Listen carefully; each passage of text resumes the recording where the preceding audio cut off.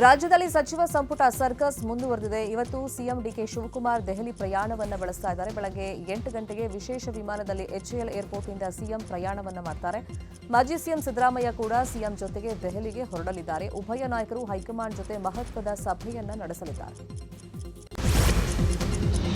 ರಾಜ್ಯದ ಹಲವೆಡೆ ನಿನ್ನೆ ಸ್ವಲ್ಪ ಮಳೆಯಾಗಿದೆ. ಯಾದಗಿರಿ ಜಿಲ್ಲೆಗೆ ಬಹುದಿನಗಳ ಬಳಿಕ ಮಳೆರಾಯ ತಂಪೆರೆದಿದ್ದಾನೆ. ಸುರಪುರ, ಶಹಾಪುರ, ಹುಣಸಗಿ, ಗುರುಮಿಠಕಲ್ ಸೇರಿದಂತೆ ಜಿಲ್ಲೆಯಾದ್ಯಂತ ಬಿರುಗಾಳಿ ಸಹಿತ ಧಾರಾಕಾರ ಮಳೆ ಸುರಿದಿದೆ. ಭಾರೀ ಮಳೆಗೆ ಕೆಲವೆಡೆ ಜನಜೀವನ ಅಸ್ತವ್ಯಸ್ತವಾಗಿದ್ದು ಸವಾರರು ಪರದಾಡಿದ್ರು. ಜಿಲ್ಲೆಯಲ್ಲಿ ಮಳೆ ಇಲ್ಲದೆ ಒಣಗ್ತಾ ಇದ್ದ ಹತ್ತಿ, ತೊಗರಿ, ಹೆಸರು ಸೇರಿದಂತೆ ಅನೇಕ ಬೆಳೆಗಳಿಗೆ ಮಳೆ ಆಸರೆಯಾಗಿದ್ದು ಕೃಷಿ ಚಟುವಟಿಕೆಗೆ ಮತ್ತಷ್ಟು ಚುರುಕಾಗಿದೆ. ಮುಂಗಾರು ಆರಂಭಗೊಂಡ 1.5 ತಿಂಗಳಲ್ಲಿ ಬೀದರ್ ಜಿಲ್ಲೆಯಲ್ಲಿ ಮಳೆ ಸುರಿದಿದೆ. ಬೀದರ್, ಬಾಲ್ಕಿ, ಬಸವಕಲ್ಯಾಣ ಸೇರಿದಂತೆ ಜಿಲ್ಲೆಯ ಹಲವೆಡೆ ಮಳೆ 1 ಗಂಟೆಗೂ ಹೆಚ್ಚು ಕಾಲ ಸುರಿದಿದೆ. ಬೆಳೆಗಳು ಒಣಗ್ತಾ ಇವೆ ಅಂತ ಕಂಗಾಲಾಗಿದ್ದ ರೈತರ ಮುಖದಲ್ಲಿ ಮಂದಹಾಸ ಮೂಡಿದೆ. ಇತ್ತ ಕೋಲಾರದಲ್ಲೂ ಗಾಳಿ ಸಹಿತ ಜೋರು ಮಳೆಯಾಗಿದ್ದು ರೈತರ ಮೊಗದಲ್ಲಿ ಸಂತಸ ಮೂಡಿದೆ. ರಾಜ್ಯದ ಹಲವೆಡೆ ಮುಂಗಾರು ಆರಂಭ ಆಗಿದ್ದು ಕೋಲಾರದಲ್ಲಿ ಮಾತ್ರ ಮಳೆ ಕೈಕೊಟ್ಟಿತ್ತು. ಇದರಿಂದ ರೈತರು ಸಂಕಷ್ಟಕ್ಕೆ ಸಿಲುಕಿದ್ರು. ಆದರೆ ಸುರಿದ ಮಳೆಯಿಂದ ಬಿತ್ತನೆ ಕಾರ್ಯಕ್ಕೆ ಅನುಕೂಲ ಆಗಿದೆ. ಭೂಮಿ ಹದ ಮಾಡಿ ಬಿತ್ತನೆಗೆ ಕಾದು ಕೂತಿದ್ದ ರೈತರಲ್ಲಿ ಕೊಂಚ ಸಮಾಧಾನ ಮೂಡಿದೆ. ಚಿತ್ರದುರ್ಗ ಜಿಲ್ಲೆಯಲ್ಲಿ ಮಳೆ ಕೈಕೊಟ್ಟ ಹಿನ್ನೆಲೆಯಲ್ಲಿ ಹಳ್ಳಿಗಳ ಜನರು ಮಳೆಗಾಗಿ ಪ್ರಾರ್ಥಿಸಿ ಕತ್ತೆಗಳ ಮದುವೆಯನ್ನ ಮಾಡಿದ್ದಾರೆ. ಚಳ್ಳಕೆರೆ ತಾಲೂಕಿನ ಗೋಪನಹಳ್ಳಿ ಗ್ರಾಮದಲ್ಲಿ ಉತ್ತಮ ಮಳೆ ಆಗಲಿ ಅಂತ ಹೇಳಿ ಗ್ರಾಮಸ್ಥರು ಸಂಪ್ರದಾಯಬದ್ಧವಾಗಿ ಕತ್ತೆಗಳಿಗೆ ಮದುವೆ ಮಾಡಿ ವಿಶೇಷ ಪೂಜೆ ಸಲ್ಲಿಸಿ ಮಳೆಗಾಗಿ ಪ್ರಾರ್ಥನೆಯನ್ನ ಮಾಡಿದ್ದಾರೆ. ರಾಜ್ಯದಲ್ಲಿ ಈ ಬಾರಿ ಮುಂಗಾರು ಮಳೆ ಕೈಕೊಟ್ಟಿದ್ದು ಬರಪೀಡಿತ ಜಿಲ್ಲೆಗಳ ಪಟ್ಟಿಯನ್ನ ಸರ್ಕಾರ ಇನ್ನೂ ಘೋಷಣೆ ಮಾಡಿಲ್ಲ. ಈ ಬಗ್ಗೆ ಬೆಂಗಳೂರಲ್ಲಿ ಮಾತನಾಡಿದ ಮಾಜಿ ಸಿಎಂ ಯಡಿಯೂರಪ್ಪ ಸರ್ಕಾರದ ವಿರುದ್ಧ ವಾಗ್ದಾಳಿ ನಡೆಸಿದ್ದಾರೆ. ಬರ ಬಂದರೂ ಸರ್ಕಾರ ಎಚ್ಚೆತ್ತುಕೊಂಡಿಲ್ಲ. ರೈತರು ಸಂಕಷ್ಟದಲ್ಲಿದ್ದಾರೆ. ಕೃಷಿಗೆ ನೀರಿಲ್ಲ, ಮೇವಿಲ್ಲ. ರೈತರ ಸಂಕಷ್ಟಕ್ಕೆ ಸರ್ಕಾರ ಪರಿಹಾರ ಘೋಷಣೆ ಮಾಡಬೇಕು. ಪ್ರತಿಯೊಬ್ಬ ರೈತರಿಗೆ ಎಕರೆಗೆ 50,000 ರೂಪಾಯಿ ಪರಿಹಾರ ಕೊಡಬೇಕು ಅಂತ ಒತ್ತಾಯಿಸಿದ್ದಾರೆ. ಬೆಂಗಳೂರಿನ ಕತ್ರಿಗುಪ್ಪೆ ಬಳಿಯ ಕಾವೇರಿ ನಗರದಲ್ಲಿ ಕಾವೇರಿ ನೀರಿನ ಸಮಸ್ಯೆ ಉಂಟಾಗಿದೆ. ಪ್ರತಿದಿನ ಕಲುಷಿತ ನೀರು ಬರ್ತಾ ಇದೆ ಅಂತ ಸ್ಥಳೀಯರು ಆಕ್ರೋಶವನ್ನು ವ್ಯಕ್ತಪಡಿಸಿದ್ದಾರೆ. 2021ರಿಂದಲೂ ಈ ರೀತಿ ಸಮಸ್ಯೆಯನ್ನ ಎದುರಿಸ್ತಾ ಇದ್ದೀವಿ. ಅಧಿಕಾರಿಗಳಿಗೆ ಹೇಳಿದ್ರೆ ಬಂದು ಚೆಕ್ ಮಾಡ್ದಂಗೆ ಮಾಡ್ತಾರೆ, ಮತ್ತು ಅದೇ ರೀತಿ ಕಲುಷಿತ ನೀರೇ ಬರುತ್ತೆ. ನೀರಿನ ಕಲರೇ ಚೇಂಜ್ ಆಗಿಬಿಟ್ಟಿದೆ. ಫುಲ್ ಸ್ಮೆಲ್ ಬರ್ತಾ ಇದೆ. ಈ ನೀರನ್ನು ನಾವು ಯಾವ ರೀತಿ ಬಳಕೆ ಮಾಡಬೇಕು? ನಮಗೆ ಮಕ್ಕಳಿಗೆ ಅನಾರೋಗ್ಯ ಸಮಸ್ಯೆಗಳಾಗ್ತಿವೆ ಅಂತ ಅಧಿಕಾರಿಗಳ ವಿರುದ್ಧ ಸ್ಥಳೀಯರು ಆಕ್ರೋಶವನ್ನು ವ್ಯಕ್ತಪಡಿಸಿದ್ದಾರೆ. ಚಿಕ್ಕಬಳ್ಳಾಪುರ ಜಿಲ್ಲೆ ಬಾಗೇಪಲ್ಲಿ ತಾಲೂಕಿನ ಮಾರ್ಗಾನುಕುಂಟೆ ಗ್ರಾಮ ಪಂಚಾಯಿತಿ ವ್ಯಾಪ್ತಿಯಲ್ಲಿ ಕೃಷಿ ಇಲಾಖೆ ವತಿಯಿಂದ ಉಚಿತವಾಗಿ ಬಿತ್ತನೆ ಬೀಜ ವಿತರಿಸಲಾಗಿದೆ.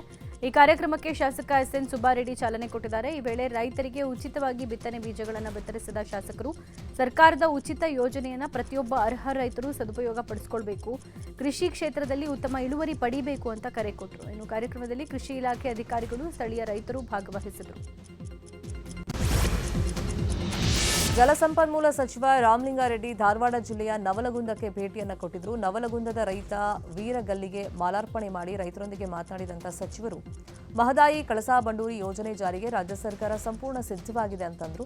ಯೋಜನೆಗೆ ಈಗಾಗಲೇ ಟೆಂಡರ್ ಕರೆದು ಗುತ್ತಿಗೆದಾರರಿಗೆ ಕಾರ್ಯಾದೇಶವನ್ನು ನೀಡಲಾಗಿದೆ. ಕೇಂದ್ರ ಸರ್ಕಾರದ ಅರಣ್ಯ ಹಾಗೂ ವನ್ಯಜೀವಿ ಮಂಡಳಿಯಿಂದ ಅನುಮತಿ ಸಿಕ್ಕ ತಕ್ಷಣವೇ ಕಾಮಗಾರಿ ಆರಂಭ ಮಾಡ್ತೀವಿ ಅಂತ ಹೇಳಿದ್ರು. ಇದೇ ಸಂದರ್ಭದಲ್ಲಿ ಶಾಸಕ ಎನ್ಎಚ್ ಕೋನ್ ರೆಡ್ಡಿ ಸೇರಿದಂಗೆ ಮಹದಾಯಿ ಹೋರಾಟಗಾರರು ಉಪಸ್ಥಿತರಿದ್ದರು. ಕೋಲಾರದಲ್ಲಿ ಮಾವಿಗೆ ಬೆಂಬಲ ಬೆಲೆ ಯೋಜನೆ ವಿಸ್ತರಣೆಗೆ ಆಗ್ರಹಿಸಿ ಮಾವು ಬೆಳೆಗಾರರ ಹೋರಾಟ ತೀವ್ರಗೊಂಡಿದೆ. ಜಿಲ್ಲಾಧಿಕಾರಿ ಕಚೇರಿ ಎದುರು ಮಾವು ಬೆಳೆಗಾರರ ಸಂಘದ ಮುಖಂಡರು ಅಹೋರಾತ್ರಿ ಧರಣಿಯನ್ನ ಮಾಡ್ತಾ ಇದ್ದಾರೆ. ಮಾವು ಖರೀದಿ ಮಿತಿ ವಿಸ್ತರಣೆಗೆ ಪಟ್ಟಣ ಹಿಡಿದಿದ್ದಾರೆ. ಇದೇ ವೇಳೆ ಮಾತನಾಡಿದಂಥ ಮಾವು ಬೆಳೆಗಾರರ ಸಂಘದ ಜಿಲ್ಲಾಧ್ಯಕ್ಷ ಚಿನ್ನಪ್ಪ ರೆಡ್ಡಿ, ನಾಳೆ ಮಧ್ಯಾಹ್ನದೊಳಗೆ ಬೇಡಿಕೆ ಈಡೇರದೆ ಹೋದಲ್ಲಿ ಪ್ರತಿಭಟನೆ ತೀವ್ರಗೊಳಿಸುವಂತ ಎಚ್ಚರಿಕೆಯನ್ನು ಕೊಟ್ಟಿದ್ದಾರೆ.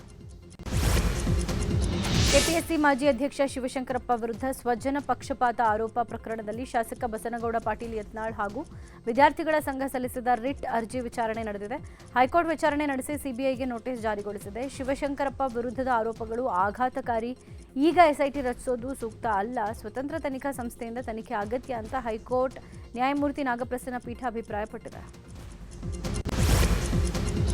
ರಾಜ್ಯ ಸರ್ಕಾರದ ಪಿಆರ್ಸಿ ಯೋಜನೆಗೆ ವಿಪಕ್ಷ ನಾಯಕ ಆರ್ ಅಶೋಕ್ ವಿರೋಧವನ್ನು ವ್ಯಕ್ತಪಡಿಸಿದ್ದಾರೆ. ಸಂವಿಧಾನ ಮತ್ತು ಕಾನೂನು ಬಾಹಿರ ಕ್ರಮ ಇದು. ಮನೆ ಮನೆಗೆ ಶಾಶ್ವತ ನಿವಾಸ ಪತ್ರ ತಲುಪಿಸ್ತಾ ಇರೋದು ಅತ್ಯಂತ ಆಘಾತಕಾರಿ. ವೋಟ್ ಬ್ಯಾಂಕ್ ರಾಜಕಾರಣಕ್ಕಾಗಿ ರಾಜ್ಯದ ಭವಿಷ್ಯ ಪಣಕ್ಕಿಡುವಂತ ಕೆಲಸವನ್ನ ತಕ್ಷಣ ಕೈಬಿಡಬೇಕು ಅಂತೇಳಿ ಎಕ್ಸ್ನಲ್ಲಿ ಪೋಸ್ಟ್ ಮೂಲಕ ಸರ್ಕಾರಕ್ಕೆ ಆಗ್ರಹಿಸಿದ್ದಾರೆ. ಅಕ್ರಮ ವಲಸಿಗರಿಗೆ ನಕಲಿ ದಾಖಲೆ ಸೃಷ್ಟಿಸಿ ವ್ಯವಸ್ಥೆಯನ್ನ ದುರುಪಯೋಗಕ್ಕೆ ಈ ರೀತಿ ಸರ್ಕಾರ ಬಾಗಿಲು ತೆರೀತಾ ಇದೆ ಅಂತ ಆರೋಪವನ್ನು ಮಾಡಿದ್ದಾರೆ. ಅತ್ಯಾಚಾರ ಪ್ರಕರಣದಲ್ಲಿ ಜೀವಿತಾವಧಿ ಶಿಕ್ಷೆಗೆ ಗುರಿಯಾದ ಮಾಜಿ ಸಂಸದ ಪ್ರಜ್ವಲ್ ರೇವಣ್ಣಗೆ ಒಳ ಸಂದರ್ಶನಕ್ಕೆ ಅನುಮತಿ ಕೊಡಲಾಗಿದೆ. ಪ್ರಜ್ವಲ್ ರೇವಣ್ಣ ಕುಟುಂಬಸ್ಥರು, ಸಂಬಂಧಿಕರು, ಸ್ನೇಹಿತರ ಒಳ ಸಂದರ್ಶನಕ್ಕೆ ಕೋರ್ಟ್ ಅನುಮತಿ ಕೊಟ್ಟು ಆದೇಶಿಸಿದೆ.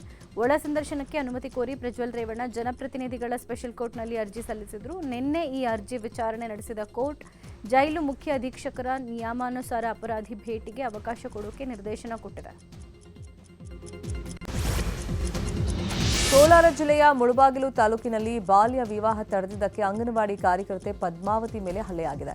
ಈ ಪ್ರಕರಣ ಸಂಬಂಧ ಆರೋಪಿ ವಿರುದ್ಧ ಕಾನೂನು ಕ್ರಮಕ್ಕೆ ಅಂಗನವಾಡಿ ಕಾರ್ಯಕರ್ತೆಯರ ಮಹಾಮಂಡಳಿ ರಾಜ್ಯಾಧ್ಯಕ್ಷ ಜಿಆರ್ ಶಿವಶಂಕರ್ ಒತ್ತಾಯ ಮಾಡಿದ್ದಾರೆ. ಬಾಲ್ಯ ವಿವಾಹದ ಬಗ್ಗೆ ಮೇಲಾಧಿಕಾರಿಗಳಿಗೆ ಮಾಹಿತಿ ನೀಡಿದ್ದ ಜಿ ಕುರುಬರಹಳ್ಳಿ ಗ್ರಾಮದ ಪದ್ಮಾವತಿ ಮೇಲೆ ಹಲ್ಲೆಯನ್ನು ನಡೆಸಲಾಗಿತ್ತು. ಆರೋಪಿಗಳು ಕೊಲೆಗೂ ಯತ್ನಿಸಿದ್ರು ಅಂತೇಳಿ ಶಿವಶಂಕರ್ ಆರೋಪ ಮಾಡಿದ್ದು, ಆರೋಪಿಗಳ ವಿರುದ್ಧ ಕ್ರಮಕ್ಕೆ ಒತ್ತಾಯವನ್ನು ಮಾಡಿದ್ದಾರೆ. ಸತತ 2ನೇ ವರ್ಷವೂ ಬೆಮೂಲ್ ಲಾಭದಲ್ಲಿದೆ. ಕಳೆದ ವರ್ಷ 13 ಕೋಟಿ ಹಾಗೂ ಪ್ರಸಕ್ತ ವರ್ಷ 12.59 ಕೋಟಿ ರೂಪಾಯಿ ಲಾಭ ದಾಖಲಿಸಿದೆ. ಇನ್ನೂ ಕನಿಷ್ಠ ಶೇಕಡ 50ರಷ್ಟು ಎಮ್ಮೆ ಹಾಲನ್ನು ಬೆಮೂಲ್ಗೆ ಪೂರೈಸಿದರೆ ರೈತರು ಮತ್ತು ಹಾಲು ಉತ್ಪಾದಕರ ಸಹಕಾರ ಸಂಘಗಳ ನ್ಯಾಯಯುತ ಬೇಡಿಕೆಗಳನ್ನು ಹಂತ ಹಂತವಾಗಿ ಈಡೇರಿಸಲಾಗುತ್ತೆ ಅಂತ ಬೆಮೂಲ್ ಅಧ್ಯಕ್ಷ ಬಾಲಚಂದ್ರ ಜಾರಕಿಹೊಳಿ ಭರವಸೆ ಕೊಟ್ಟಿದ್ದಾರೆ. ಬೆಳಗಾವಿ ಜಿಲ್ಲಾ ಸಹಕಾರಿ ಹಾಲು ಉತ್ಪಾದಕರ ಸಂಘಗಳ ಒಕ್ಕೂಟದ ವಾರ್ಷಿಕ ಸರ್ವ ಸದಸ್ಯರ ಸಭೆಯಲ್ಲಿ ಜಾರಕಿಹೊಳಿ ಹೇಳಿದರು. ಕೋಲಾರ ನಗರಾಭಿವೃದ್ಧಿ ಪ್ರಾಧಿಕಾರದಿಂದ ಹೊಸ ಬಡಾವಣೆ ನಿರ್ಮಾಣಕ್ಕಾಗಿ ರೈತರ ಜಮೀನು ಸ್ವಾಧೀನಕ್ಕೆ ಪಡೆಯುವಂತಹ ಪ್ರಸ್ತಾವನೆಗೆ ರೈತರು ಭಾರೀ ವಿರೋಧವನ್ನು ವ್ಯಕ್ತಪಡಿಸಿದ್ದಾರೆ. ಈ ಬಗ್ಗೆ ಜಮೀನು ಮಾಲೀಕರು ಹಾಗೂ ರೈತರ ಅಭಿಪ್ರಾಯ ಸಂಗ್ರಹಿಸಲು ಕೂಡ ಕಚೇರಿಯಲ್ಲಿ ಸಭೆಯನ್ನು ನಡೆಸಲಾಗಿದೆ. ಸಭೆಯಲ್ಲಿ ಕೋಲಾರ ಶಾಸಕ ಕೊತ್ತೂರು ಮಂಜುನಾಥ್, ಎಂಎಲ್ಸಿ ಅನಿಲ್ ಕುಮಾರ್ ಹಾಗೇನೆ ಕೂಡ ಅಧ್ಯಕ್ಷ ಸೇರಿದಂತೆ ಅಧಿಕಾರಿಗಳು ಪಾಲ್ಗೊಂಡಿದ್ದರು. ಸುಮಾರು 167 ಎಕರೆ ಜಮೀನನ್ನು ಹೊಸ ಬಡಾವಣೆ ನಿರ್ಮಾಣಕ್ಕೆ ಗುರುತಿಸಲಾಗಿದ್ದು, ಸಭೆಯಲ್ಲಿ ರೈತರು ಪ್ರಸ್ತಾವನೆಗೆ ವಿರೋಧಿಸಿದ್ದಾರೆ. ಧಾರವಾಡದಲ್ಲಿ ಪ್ರಧಾನಮಂತ್ರಿ ದಿವ್ಯಾಶಾ ವಯೋಶ್ರೀ ಕೇಂದ್ರದ ಆಶ್ರಯದಲ್ಲಿ ವಿಶೇಷ ಚೇತನರಿಗೆ ತ್ರಿಚಕ್ರ ವಾಹನವನ್ನು ವಿತರಣೆ ಮಾಡಲಾಯಿತು. ಧಾರವಾಡ ಲೋಕಸಭಾ ಕ್ಷೇತ್ರ ವ್ಯಾಪ್ತಿಯ 42 ವಿಶೇಷ ಚೇತನರಿಗೆ 16.6 ಲಕ್ಷ ರೂಪಾಯಿ ವೆಚ್ಚದಲ್ಲಿ ಬ್ಯಾಟರಿ ಚಾಲಿತ ತ್ರಿಚಕ್ರ ವಾಹನ ಹಾಗೂ ಸಲಕರಣೆಗಳನ್ನು ವಿತರಿಸಲಾಗಿದೆ.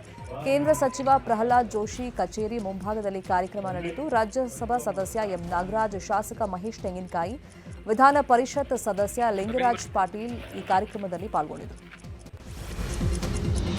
ಕೊಪ್ಪಳದಲ್ಲಿ 2025-26ನೇ ಸಾಲಿನಲ್ಲಿ 252 ಕಳ್ಳತನ ಪ್ರಕರಣಗಳು ವರದಿಯಾಗಿವೆ. 252 ಕೇಸ್ಗಳಲ್ಲಿ 104 ಪ್ರಕರಣಗಳನ್ನು ಪತ್ತೆ ಮಾಡಿರುವ ಪೊಲೀಸರು ಒಟ್ಟು 1,82,45,000 ರೂಪಾಯಿ ಮೌಲ್ಯದ ವಸ್ತುಗಳನ್ನು ವಶಪಡಿಸಿಕೊಂಡು ವಾರಸುದಾರರಿಗೆ ಹಿಂದಿರುಗಿಸಿದ್ದಾರೆ. ವಾಹನ, ಬಂಗಾರ, ಬೆಳ್ಳಿ ಒಡವೆ, ಮೊಬೈಲ್ ಫೋನ್ ಹಾಗೂ ನಗದು ಹಣ ವಾಪಸ್ ಕೊಟ್ಟಿದ್ದಾರೆ. ಬಿಜೆಪಿ ಹಿರಿಯ ನಾಯಕ ಮಾಜಿ ಸಚಿವ ದಿವಂಗತ ರಾಮಚಂದ್ರೇಗೌಡರಿಗೆ ಬಿಜೆಪಿ ನಾಯಕರು ನುಡಿ ನಮನವನ್ನು ಸಲ್ಲಿಸಿದ್ದಾರೆ. ಬೆಂಗಳೂರಿನ ಮಲ್ಲೇಶ್ವರದ ರಾಜ್ಯ ಬಿಜೆಪಿ ಕಚೇರಿಯಲ್ಲಿ ನುಡಿ ನಮನ ಕಾರ್ಯಕ್ರಮ ಆಯೋಜನೆ ಮಾಡಲಾಗಿತ್ತು. ರಾಮಚಂದ್ರೇಗೌಡರು ಮಾಡಿದ ಹೋರಾಟಗಳನ್ನು ಕುರಿತಂತೆ ಭಾವಚಿತ್ರಗಳ ಪ್ರದರ್ಶನ ಇಡಲಾಗಿತ್ತು. ಕಾರ್ಯಕ್ರಮದಲ್ಲಿ ಮಾಜಿ ಸಿಎಂ ಯಡಿಯೂರಪ್ಪ, ಶಾಸಕ ಸುರೇಶ್ ಕುಮಾರ್, ಸಿಕೆ ರಾಮಮೂರ್ತಿ, ಸಪ್ತಗಿರಿಗೌಡ ಸೇರಿದಂತೆ ಹಲವರು ಪಾಲ್ಗೊಂಡಿದ್ದರು. ಲಂಚ ಪಡೆಯುವಾಗ ಸೆಸ್ಕಾಂ ಎಇ ಲೋಕಾಬಲೆಗೆ ಬಿದ್ದ ಘಟನೆ ಮಂಡ್ಯದಲ್ಲಿ ನಡೆದಿದೆ. ಮಂಡ್ಯದ ಸೆಸ್ಕಾಂನ ಸಹಾಯಕ ಇಂಜಿನಿಯರ್ ಶ್ರೀನಿವಾಸ್ ಮನೆಗೆ ವಿದ್ಯುತ್ ಸಂಪರ್ಕ ಕಲ್ಪಿಸಲು 75,000ಕ್ಕೆ ಲಂಚಕ್ಕೆ ಬೇಡಿಕೆ ಇಟ್ಟಿದ್ರು. ಮಾಹಿತಿ ಗೊತ್ತಾಗ್ತಾ ಇದ್ದಂತೆ ಲೋಕಾಯುಕ್ತ ಇನ್ಸ್ಪೆಕ್ಟರ್ ಬ್ಯಾಟರಾಯಗೌಡ ನೇತೃತ್ವದಲ್ಲಿ ದಾಳಿಯಾಗಿದೆ. ಈ ವೇಳೆ 30,000 ಲಂಚ ಸ್ವೀಕರಿಸುವಾಗ ಶ್ರೀನಿವಾಸ್ ರೆಡ್ ಹ್ಯಾಂಡ್ ಆಗಿ ಸಿಕ್ಬಿದ್ದಿದ್ದಾರೆ. ಪೊಲೀಸರು ವಶಕ್ಕೆ ಪಡೆದು ವಿಚಾರಣೆ ನಡೆಸುತ್ತಿದ್ದಾರೆ. ನರಗುಂದ ನಬಲಗುಂದದಲ್ಲಿ ರೈತರ ಮೇಲೆ ಗೋಲಿಬಾರ್ ನಡೆದು ರೈತರು ಹುತಾತ್ಮರಾದ ಘಟನೆಗೆ ಇವತ್ತಿಗೆ 46 ವರ್ಷ ಆಗಿದೆ. ಹೀಗಾಗಿ ಕೊಪ್ಪಳದ ಬಲ್ಡೋಟ ಕಾರ್ಖಾನೆ ಬಳಿ ರೈತ ಹುತಾತ್ಮ ದಿನಾಚರಣೆಯನ್ನು ಕರ್ನಾಟಕ ರಾಜ್ಯ ರೈತ ಸಂಘ ಕಾರ್ಯಕ್ರಮ ಆಯೋಜನೆ ಮಾಡಿದೆ. ಬಲ್ಡೋಟ ಕಾರ್ಖಾನೆಯವರು ಬಸಾಪುರ ಕೆರೆ ವಶಪಡಿಸಿಕೊಂಡಿದ್ದಾರೆ. ಈ ಕೆರೆಯನ್ನು ಸಾರ್ವಜನಿಕರ ಉಪಯೋಗಕ್ಕೆ ಮುಕ್ತಗೊಳಿಸಬೇಕು ಅಂತ ರೈತ ಸಂಘದವರು ಅನಿರ್ದಿಷ್ಟಾವಧಿ ಮುಷ್ಕರ ನಡೆಸ್ತಾ ಇದ್ದಾರೆ. ಈ ಹೋರಾಟದ ಬೆಂಬಲವಾಗಿಯೇ ರೈತ ಹುತಾತ್ಮ ದಿನಾಚರಣೆಯನ್ನು ಆಯೋಜಿಸಲಾಗಿದೆ.